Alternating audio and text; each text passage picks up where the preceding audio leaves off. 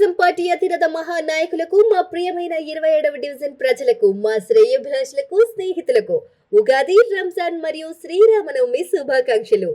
మీ Bhimineni Murahari, corporator, 27వ division, Nellore. అసలు మానవత్వమే కరువైంది. అవును అనడానికి ఇక్కడ కొన్ని జీవితాలు ఉన్నాయి. బంధం ఉందా? అనుబంధాలు ఉన్నాయా? రక్త సంబంధాలు ఉన్నాయా? అయితే ఇక్కడ కొంతమంది వ్యక్తులు చూసినప్పుడు బంధం లేదు, అనుబంధాలు లేదు, రక్త సంబంధాలు కూడా లేవనిపిస్తుంది. ఇదే జీవితం ఉంటే రేపు మనిషికి మనిషికి గౌరవం, విలువ ఎక్కడి నుంచి వస్తుంది అని అంటాం.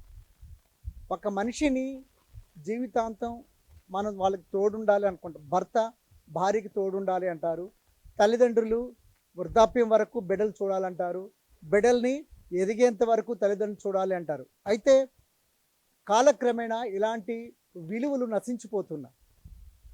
తల్లిదండ్రుల్ని మధ్యలో వదిలేసే వాళ్ళు ఉన్నారు, పిల్లల్ని మధ్యలో వదిలేసే వాళ్ళు ఉన్నారు, భార్యని సగంలోనే వదిలేసే వాళ్ళు ఉన్నారు, భర్తని సగంలోనే వదిలేసే వాళ్ళు ఉన్నారు.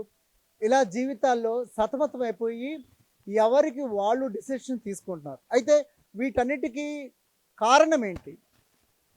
ఇలా వాళ్ళు వెళ్ళిపోయిన తర్వాత వాళ్ళకి కలిగిన పిల్లల పరిస్థితి, మీ వల్ల మీకోసంగా పిల్లలు ఎలాంటి దుస్థితిలో ఉన్నారు? మీరు ఎక్కడున్నా, పేరెంట్స్ తల్లిదండ్రులు ఎక్కడున్నా కూడా మీరు ఒకసారి యోచించండి, ఆలోచించండి. నా పిల్లలు, నా కన్న పిల్లలు ఎలా ఉన్నారు? నేను వచ్చేసాను, నేను ఏదో ఒక పని చేసుకుంటున్నాను, ఉద్యోగం చేసుకుంటున్నాను, రాష్ట్రం వచ్చేసాను, దేశం వచ్చేసాను, జిల్లా వచ్చేసాను అనుకుంటున్నారేమో. ఒక్కసారి మీరు ఆలోచించండి. తినేటప్పుడైనా, మీరు పండుకునేటప్పుడైనా ఆలోచించండి. నా కన్న బిడ్డలు ఎలా ఉన్నారు? నా కట్టుకున్న భార్య ఎలా ఉంది? అమ్మాయి ఎలా ఉంది? తను ఎలా ఉన్నారని ఒకసారి ఆలోచించండి. అయితే ఈరోజు నెల్లూరులోని ఇరుకళ్ళలమ్మ గుడి దగ్గర ఒక అమ్మాయి ఉంది. ఇక్కడ ఒక వివాహితి, తను 2 పిల్లల్ని పెట్టుకొని ఎంతో దీనస్థితిలో ఉంది.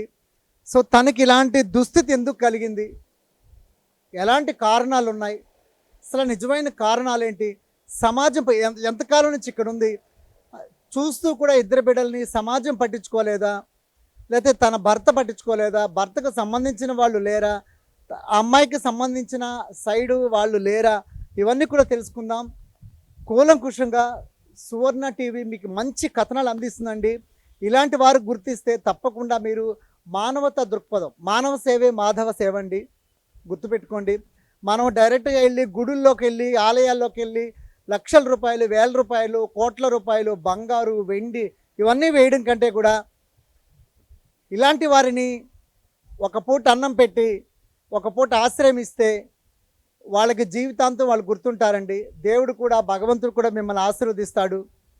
ఎందుకంటే మానవ సేవ మనం డైరెక్ట్గా దేవుడికి సేవ చేయలేం కాబట్టి ఇలాంటి అనాథలకి, ఇలాంటి విడనాడబడ్డ వారికి కావచ్చు, లేకపోతే ఎలాంటి మెంటల్లీ కానీ, ఫిజికల్లీ కానీ హ్యాండిక్యాప్డ్స్ కావచ్చు, వాళ్ళని మీరు ఇలా తరిమేయద్దండి. వాళ్ళకి ఇలాంటి దుస్థితి ఎందుకు వస్తుందో కూడా సువర్ణ టీవీ మీకు అందిస్తుంది మంచి కథనం. సో మీకోసం సువర్ణ మీడియా మీకు మంచి కథనాలు వినిపిస్తుంది. ఎందుకంటే భవిష్యత్తులో ఇలాంటివి జరగకూడదని ఉద్దేశం. ఒకవేళ ఇలాంటి వారు ఎక్కడైనా తటస్థపడితే మీకు దగ్గరలో ఉన్నటువంటి ఆశ్రయాలు కానివ్వండి, లేకపోతే పోలీస్ స్టేషన్ కానివ్వండి, ఎక్కడైనా వారిని అప్పగించి వారికి ఒక ఆశ్రయం కల్పించండి. ఒక పూట అన్నం పెట్టండి, ఒక బట్టలు మీ ఇంట్లో ఉన్నటువంటి తనకు తగినటువంటి, తనకు సరిపోతాయి అనుకున్న బట్టలు అలాంటి వారికి, పిల్లలకి ఇవ్వండి. దేవుడు ఎప్పుడు కూడా ఇలాంటి వాటిని ఎప్పుడు మనుషులు మర్చిపోతారండి. ఈరోజు 100 రూపాయలు ఇవ్వండి, కడుపు నిండా తింటారు, రేపు మర్చిపోతారు, మళ్ళీ ఆకలేస్తుంది. సో బట్టలు ఇలాంటి లైఫ్కి అచీవ్మెంట్ అయ్యేటువంటి, లైఫ్ అచీవ్ అయ్యేటువంటి హెల్ప్ చేస్తే డెఫినెట్గా గాడ్స్ విల్ హెల్ప్ యూ. అందుకనే సువర్ణ మీడియా అప్పుడప్పుడు మీ దగ్గరికి ఇలాంటి కథనాలు తీసుకొస్తుంది. సో ఇక్కడ మన మధ్యలో ఒక అమ్మాయి ఉంది, తను 2 పిల్లల్ని ఉంది. సో ఎందుకు ఇలాంటి దుస్థితి వచ్చింది, ఎవరు దీనికి కారణం, ఏంటి కారణాలు అన్నీ తను అడిగే తెలుసుకునే ప్రయత్నం చేద్దాం. అమ్మా, ఏం పేరు? అమ్ములు, ఇక్కడ 2 పిల్లల్ని పెట్టుకున్న కారణం ఏంటి? నేను కాపల్లో ఉంటుంటా. అతనికి నాకు 6 సంవత్సరాలు పెళ్ళి. 6 సంవత్సరాలు ఎన్ని ప్రకారం పెట్టినా నేను వదిలేసి వెళ్ళిపోయాడు. ఇంకో దాన్ని తీసుకొని సాయిలోడు అతను ఇంకో దాన్ని తీసుకొని పోయి అక్కడ పోయి అడగగా ఇది నీకు వస్తే పంపాల్సిన ఇది అది అనేటప్పటికి నాకు ఇంకా భయం వచ్చేసింది. ఇక బిడ్డల పరిస్థితి ఏంది, నాకని తోడు ఎవరు లేరు. బిడ్డల పరిస్థితి ఏంది, నా పక్కన కూడా నా చెల్లిలో నా అక్కో ఎవరో ఉంటే ఆ ధైర్యం ఉంటే అది వేరు. ఎవరు ఉన్నారు నాకు మాట్లాడేదానికి కూడా ఎవరు లేరు. అదే నా బిడ్డలు పెట్టుకొని గుడికాడు కూర్చుంటా లేకపోతే ఆ కూర్చొని తెలుసుకుంటా. నా బిడ్డలు కూడా నా బిడ్డ కూడా అడుక్కుంటుంది. సగం నా బిడ్డ అడుక్కోవచ్చు కానీ నా బిడ్డ కూడా అయ్యయ్యో, ఎంత వయసు అమ్మా పాపకి? ఆ అమ్మాయి అది తీసుకొని వచ్చేది. నేను అడుగు బిడ్డను పట్టుకొని కూర్చుంటే ఈ అమ్మాయి అడుక్కొని వస్తుంది అన్నమయ్యి. నువ్వు వాళ్ళ బంధువుల దృష్టికి కానీ అసలు ఎందుకు వెళ్ళిపోవాల్సి వచ్చింది ఆ అబ్బాయి? ఇంకొక దాన్ని తీసుకొని వెళ్ళిపోయాడు అమ్మాయి మీద కన్నుండే లెవెల్కి. మరి నువ్వు ఎలా అమ్మా ఇక్కడ ఎంతకాలం నుంచి ఉంటున్నావు ఇక్కడ? నేను సంవత్సరం నుంచి ఉంటున్నా. మరి ఇక్కడ ఉంటున్నావు ఒంటరిగా, వయసులో ఉన్నావు, నీకు ఎలాంటి ఇబ్బందులు అసౌకర్యంగా అనిపించలేదు? అనిపిస్తుంది, ఒక్కొక్కసారి చచ్చిపోవాలి కూడా అనిపిస్తుంది. కాకపోతే ఇంక బిడ్డల కోసం ఉండాలి అందువల్ల ఉన్నా. లేకపోతే 10 నిమిషాలు కాదు ప్రాణం తీసుకోవాలంటే. కాకపోతే బిడ్డల పరిస్థితి ఏంది, నేను ఉన్నప్పుడే చూడవంట్లా, నేను లేకపోతే ఆ బిడ్డలను చూస్తారా అని అది ఒక తెలియదు. నువ్వేమైనా ప్రభుత్వం ఆశ్రయించలేదా ఇల్లు కోసం అయినా కానీ ఇంక దేనికోసం? నాకు తెలియదు సార్, ఇల్లుని అదని నాకు తెలియదు. నాకు ఇంతవరకు ఎవరు చెప్పింది చేసింది ఏం లే. ఆహా, కొన్ని చెప్పరమ్మా, కొన్ని మనం తెలుసుకొని ఎవరినో ఒకరిని పట్టుకొని. అప్పటికి ఎవరన్నా కాళ్ళు పట్టుకున్నాను చేశాను, అది తీస్తా వస్తుందిలే ఇదిలే అదిలే చెప్తానే ఉన్నారు. నాకు ఈజీగా సార్ నాకు వద్దురా అని నేను ఇక్కడ ఉండిపోతా. మరి ఎలా అమ్మా? నాకే అసహ్యం అయిపోయేది ఇక్కడికి వచ్చి. నేనేంది అట్టునేదాన్ని, ఇదేంది ఈ బతుకు. ఇంకా నేను చచ్చిపోవాలంటే ఎందుకు లేదు, చచ్చిపోవాలంటే ప్రాణం తీసుకొని 5 నిమిషాలే. కానీ బిడ్డల పరిస్థితి ఏంది, నాకనేది ఎవరు లేరు. లేక ఒంటరిగా ఉంటున్నాను నేను నా బిడ్డలను పెట్టుకొని. ఇక్కడ అతను చేసినట్టు నేను చేస్తే ఎంతసేపా? నాకు వద్దని చెప్పి ఆ బిడ్డను వదులుకొని అతను వదిలేసి వెళ్ళిపోయాడు, నేనే వెళ్ళిపోతే. అంతే కదమ్మా, ఇంకా విలువే ఉంది. కన్న బిడ్డల్ని గుర్తు పెట్టుకో. చక్కగా ఉన్నారు పిల్లలు, ఎంత ఎంత ఇదిగా ఉన్నారంటే చూడడానికి కూడా ఉన్నారు. అసలు నువ్వు వద్దు, చచ్చిపోవాలనిపిస్తుంది, బతుకొద్దు. ఏందిరా నా బిడ్డలను పెట్టుకొని ఇక్కడ. ఒక్కొక్కసారి ఆ అమ్మాయి అడుక్కొని వచ్చేది కదా, ఆ పిల్ల అమ్మాయి నా కూతురు కవర్లో మా అమ్మకి బాగలా, మా అమ్మకి ఆకలి వస్తుందని చెప్పి అటు చెప్పి తీసుకొని వస్తుంది ఆ అమ్మాయి. మరి ఆ బాబుకి పాలు ఫీడింగ్ అంతా ఎలా చేస్తున్నామ్మా? నా పాలు వేస్తుంది సార్, నా పాపకి పాలు తీసుకుని తాగిస్తుంటా. మరి ఎక్కడైనా ఒక దగ్గర చేరితే నీకు ఆశ్రయం ఉంటుంది కదా? ఉంటే ఇంకా మంచిదే కదా సార్. ఏదో ఆడ పెట్టుకొని నా బిడ్డను పెట్టుకొని నేను ఏదో కష్టపడుకుంటాను. ఎవరు ఉన్నా లేకపోయినా ఎవరు అడగరు. మంది అని ఉంటే ఒకరు వచ్చి అడగరు. నాకు అది ఏమి లేకే కదా, గమ్ముగా వాళ్ళకాడ ఒక మాట పడకూడదు, వద్దు ఎందుకు ఈ జీవితం. అప్పటికి నా బిడ్డల కోసం కాళ్ళు కూడా పట్టుకున్నా, అయినా ఎవరు ఆలోచించలే. నాకే అందుకే జగన్ మీద వేస్తున్నారు, జగన్ గెలుస్తారు, జగన్ గెలుస్తాను. ఏం గెలిచారు, ఏం చేశాడా? ఇప్పుడు ఇన్ని చేస్తున్నాడు జగన్, అయినా కానీ సైకిలే గెలుస్తుంది, ఫ్యాన్ గెలవదు జగను. ఇది మాత్రం కన్ఫామ్గా చెప్పగలుగుతా. అట్లా కదమ్మా, కరెక్టే.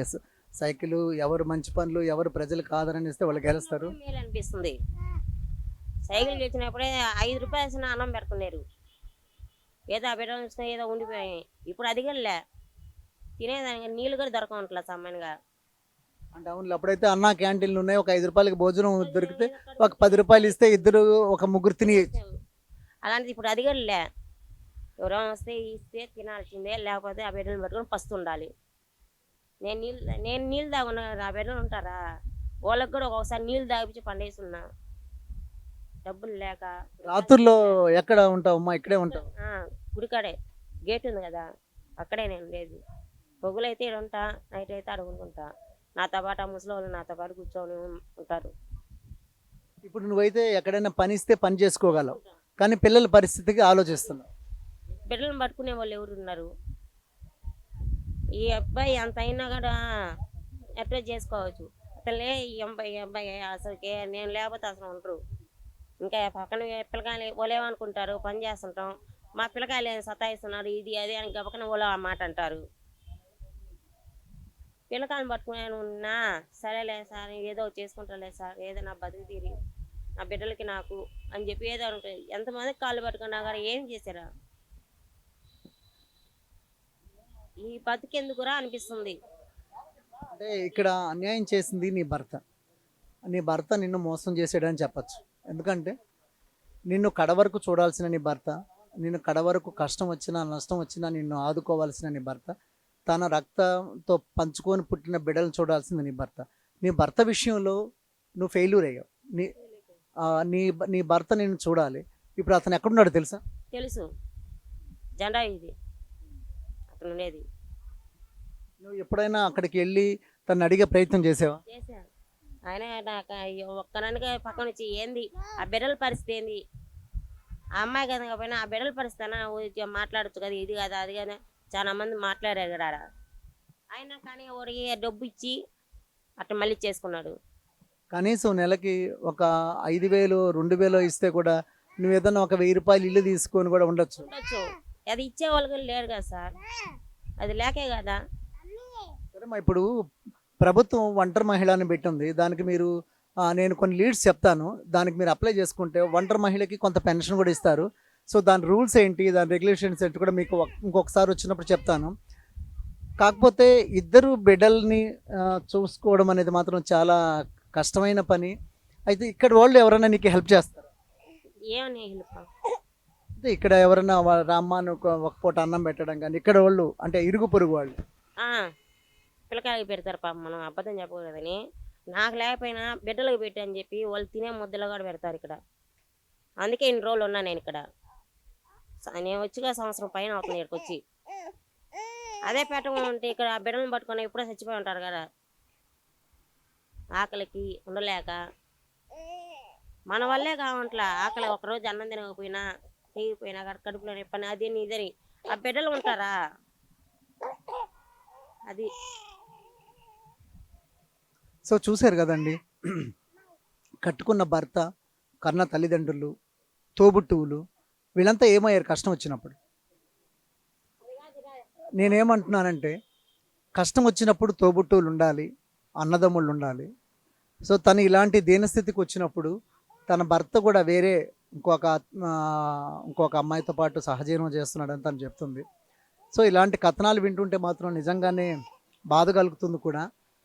అయితే ఇలాంటి వారికి ప్రభుత్వాలు కానీ ప్రజలు కానీ సమాజం కానీ తప్పకుండా ముందుకు రావాలి.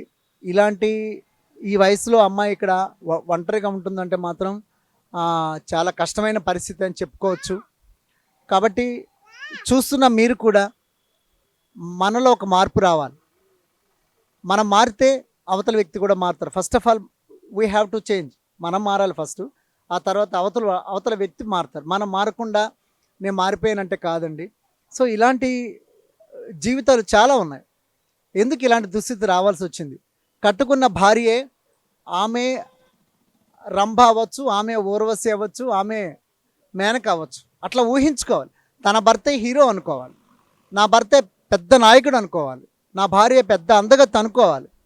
అలా అనుకున్నప్పుడే కుటుంబాలు బాగుంటాయి, సమాజం బాగుంటుంది. సో అలాంటి లేనప్పుడు ఇలాంటి దుస్థితులే కారణాలు ఎదురవుతూ ఉంటాయి. భర్త కంటే మించి అందగాళ్ళు దొరికినప్పుడు, భార్య కంటే మించి అందగత్తెలో డబ్బున్న వాళ్ళు దొరికినప్పుడు పిల్లల పరిస్థితి ఏంటి? నీ పిల్లలు ఆ చిన్న వయసు 2 years బేబీ, 3 years బేబీ ఇతరులను పోయి చేయి జాచి అడిగి తన తల్లికి పెడుతుందండి. ఆ అమ్మాయికి మాట్లాడే వయసు కూడా కాదు. వీళ్ళు ఎవరు అనేది ఆలోచించే వయసు, ఆ ఆలోచన పరిజ్ఞానం కూడా లేదండి. సో ఇలాంటిది ఏమైపోతుంది సమాజం? ఎక్కడికి వెళ్ళిపోతుంది ఈ సమాజం? ఇంకా దుస్థితులు ఉన్నాయా? మారింది అంటున్నాం, టెక్నాలజీ పెరిగాయి అంటున్నాయి, చాలా మార్పులు వచ్చాయి ప్రజలు అంటున్నారు. కానీ ఎక్కడ ప్రాక్టికల్గా చూస్తే ఇలాగే అంటుంది. అందుకని మదర్ తెరీసా ఒక మాట అనింది, ప్రార్థించే పెదవుల కన్నా సహాయం చేసే చేతులు మిన్న. మనం ప్రార్థన చేసి దేవుళ్ళని వేడుకోవడం కాదండి, ఇలాంటి వారికి చేయూతనివ్వాలి. మేమున్నాము. లైఫ్ లాంగ్ ఎవరిని చూడలేమండి. కన్న బిడ్డలను కూడా తల్లిదండ్రులు లైఫ్ లాంగ్ చూడలేరు. మీకు రెక్కలు వచ్చాయి, మీరు వెళ్ళి సంపాదించుకోండి అంటారు.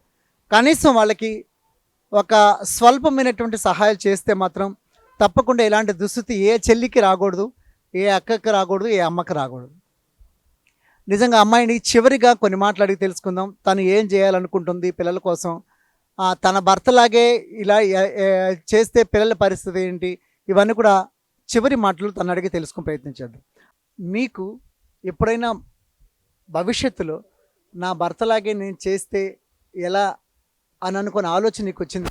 ఆలోపన వచ్చింది కదా, అతనిలాగా నేను చేస్తుంటే ఆ బిడ్డల పరిస్థితి ఏంది ఎట్టా అంటే తల్లి లేక నేను అల్లాడితే నాకు మా అమ్మగారు చనిపోయి 3 సంవత్సరాలు, ఆమె చనిపోయిన తర్వాత నాకేందో తల్లి విలువైంది కూడా నాకు తెలిసింది కదా మా అమ్మలాగా. ఇప్పుడు నేను లేకపోతే ఆ బిడ్డల పరిస్థితి ఏంది అని ఇది ఒక ఆలోపన. వాడు మాత్రం హ్యాపీగా ఉన్నాడు.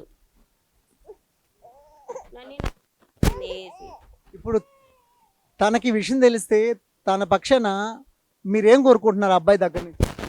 నాకు నా బిడ్డలకు ఒక నీడ ఉంటే చాలు. అబ్బాయి వద్దా? నా బిడ్డలు ఉంటే చాలు. అతను అసలు నాకు అవసరం లేదు కదా అలాంటి వాడు. ఈ రోజు చంపుతారు, రేపు కూడా అట్టే చేస్తారు, ఎవరికి తెలుసా. ఇప్పుడు రెండోసారి అతను చేయను ఇట్టా. ఎన్నిసార్లు అంటే నేనైనా ఉండాలి. నువ్వు అతని విషయంలో పెద్ద దృష్టికి కానీ ఇంకో దగ్గర దృష్టికి తీసుకెళ్ళాలి. ఎవరున్నారు ఇక్కడ మాట్లాడేదానికి సార్? ఎవరైనా ఉంటే మాట్లాడేదానికి సరైన మాట్లాడవచ్చు, ఎవరు లేకపోయా. నన్ను ఇట్లా చేస్తున్నా అని చెప్పేసి కానీ నెంబర్ సుబ్రహ్మణ్యం అని చెప్పి నెంబరు సంఘానికి అతను కూడా అడిగినా, నా ఇది మాట్లాడినా నా పరిస్థితి ఇది నా అని చెప్పేసి అడుగున్నా కూడా చేస్తాలేమ్మా ఇదిలేమ్మా అంతే, ఇంతకు మించి ఇంకేం చేసేదిలే. ఇక్కడ ఎవరిని తెచ్చాడా ఎవరిని తిన్నామా అంతవరకు. ఇక్కడ చివరి వరకు పిల్లల కోసం కట్టుకుని ఉంటాను, నా బిడ్డల కోసమే కష్టపడతా కాడ. అతను పిల్లకాయలు లేకపోతే నేను అనలేను, నాకు అవసరం లేదు కదా. నా బిడ్డలేంది నేనేంది అంతవరకే. ఇంకొకరిని చేసుకోవాలి ఇది అవన్నీ నాకు అవసరం లేదు, నాకు అసలు వద్దు కూడా. అతని మీద అసహ్యం ఇప్పించేసింది నాకు. మగవాళ్ళని నమ్మకూడదు అని చెప్పేసి అసహ్యం వచ్చేసింది. ఆ బిడ్డలు పెట్టుకొని నేను ఇక్కడే ఉంటున్నా. చెల్లెలు ఉంది కానీ చెల్లి ఇంటికి నేను పోను. 1 రోజు 2 రోజులు చూస్తారు, 3వ రోజు ఏమవుతారా? చెల్లెలు మంది అయినా కానీ భర్త మంది కాదు కదా. మన వల్ల ఎందుకు వాళ్ళది పోవాలని చెప్పి నేను మా వాళ్ళకి కడక నేను పోను. నాకు ఎవరు లేరు గడ లేకే నేను ఒంటరిగా నా బిడ్డలు పెట్టుకొని కొంటున్నా. ఏదో ఆదివారం రోజు ఇక్కడ ఏమైనా సామాన్లు ఉంటే అవి తోముకునేది. ఆ బిడ్డలకి ఏమైనా హాస్పిటల్కి ఏమైనా మందుకి ఏమైనా తాగాలన్నా చేయాలన్నా ఆడ కష్టపడి ఆ చేపలు దబరలు అవి తోమేసి పిల్లకాయలకి ఏం కావాలని చూసుకుంటా ఆ డబ్బుల వరకు. ఇప్పుడు ఇప్పుడు అమ్మాయికి నిమ్మే, నాకు ఈ అబ్బాయికి నిమ్మే. ఒళ్ళు కూడా కాలుతా ఉంది అబ్బాయికి అయితే, నా కొడుక్కి. డబ్బులు యాడ్ చేయాలరా అని చెప్పి అని ఒక పక్క ఆలోచిస్తా ఉన్నా. నా బిడ్డల పరిస్థితి ఏంది? ఆ అమ్మాయికి అయితే కామీలు ఉన్నాయి ఆ కూతురికి, అందుకు జాగ్రత్తగా ఉన్నారు. మందులు కూడా వాడుతున్నాయి, ఆ మందులు వాడేదానికి కూడా అయిపోయింది. ఇంకా నేను చేపలు ఆడపోయి ఈ బిడ్డను పక్కన పెట్టుకొని ఆ చేపలు కోసినా కానీ ఇంకా చేపల డబ్బులు కూడా రాలా. ఆ చేపలు ఆడికి పోయి అప్పుడు వస్తాయంట. అప్పుడు దాకా ఎంతో ఒకటి నా బిడ్డను చూసుకుంటా అంటే కూడా ఇచ్చేవాళ్ళే. నేను కష్టపడిన డబ్బులు నాకు ఇచ్చేదానికి బాధ.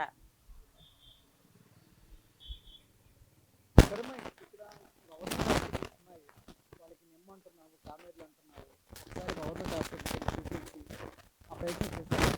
ఆధార్ కార్డు కావాలి, ఆధార్ కార్డు లేదమ్మా అని చెప్పారు. ఆధార్ కార్డు ఉంటేనే చూసేది లేకుండా.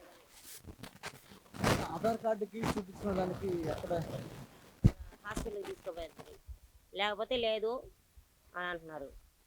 ఇప్పుడు 2 సార్లు పోయా నాకు పాపను పెట్టుకొని కామిల్ అనే లేకపోతే ఇంకా మన చేతిలో కూడా లేదు అని చెప్పేసి పోయా ఛార్జీ పెట్టుకొని. అక్కడి నుంచి గుమ్మగా వచ్చేసా బిడ్డను పట్టుకొని ఎండలో.